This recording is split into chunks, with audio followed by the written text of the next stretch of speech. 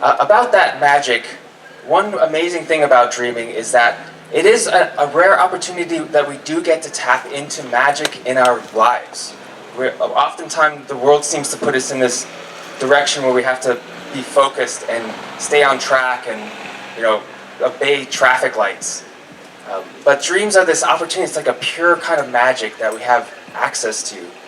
And part of a dream practice is allowing enchantment in your life and in your dreams, because that also unlocks them in a way that they wouldn't have otherwise. And that's how I've experienced it in my life. I started lucid dreaming around 1999. I still remember the first time I heard about lucid dreaming. I was fascinated in the first moments of it.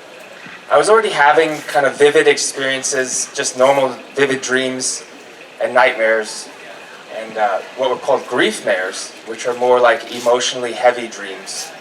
And that's where a lot of people start. A lot of the best dreamers I know all have faced challenges with their dream content, like it's scary or there's something happening and it's really profound and unavoidable. So it's a good place to start. If you're having bad dreams, it's a gateway into incredible dream experiences. And a lot of people who've gone through a lot of lucid experiences start to envy people who talk about nightmares and like vivid dream content that stands out and it's unavoidable. You have to face this. So I was experiencing that a lot. And in that time in my life, I was extremely introverted and quiet and shut down. And what lucid dreaming did for me is it was extremely empowering. It unlocked something within me that was so important for my own personal development. And it came down to feeling like I was in control of that part of my life. And the creative control too, where I could bend the rules a little bit. So it was extremely important in my life, and that's why early on I became very dedicated to this path. I went into film school. I did a documentary that's called Explorers of the Lucid Dream World. That's on YouTube. You can search for it. It's like a 12-minute documentary. And from there, I just thought, I'm going to keep sharing this information. I want to tell people about it. I think society has has a lot. We don't talk about it enough.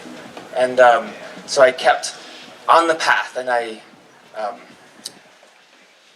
eventually, I want to kind of bring in more of my story. I want to make sure I share some actual dreams, because it helps it make it real. And so I had profound personal dreams early on, and then at one point, one of the great things about lucid dreaming in particular is you can really face what's going on with awareness. And as I mentioned, I was very introverted. I had trouble, like public speaking was quite challenging for a lot of people when they're young. But so when I got lucid for a period of time, I had one dream. I had many dreams that were like this, actually. I became lucid through a situation in which I was trying to take off sunglasses, and they stayed on my face. So I was like, how come they're not coming off? And so that clued me in, and I thought, okay, this is a dream. And I was in a situation, I walked into another room, I was like in a school type of area, and I could see an auditorium, and people were kind of coming into the auditorium, and I thought to myself, okay, I'm going to go on stage. That's the place that I want to be in my lucid dream. So I walked up to the stage, not knowing what I'm going to say, and I walked on the stage, and I stood in front of everybody, and I was still thinking about what I was going to say, and I noticed that I was drifting a little bit, which sometimes you get that in dreams where you can kind of drift, or it feels like you're floating a little bit. And then I thought, oh, I know what I'm going to say. So I said, in life, we walk. We walk here, we walk there, but every so often, we skate. And I started like skating around, skating around the stage. And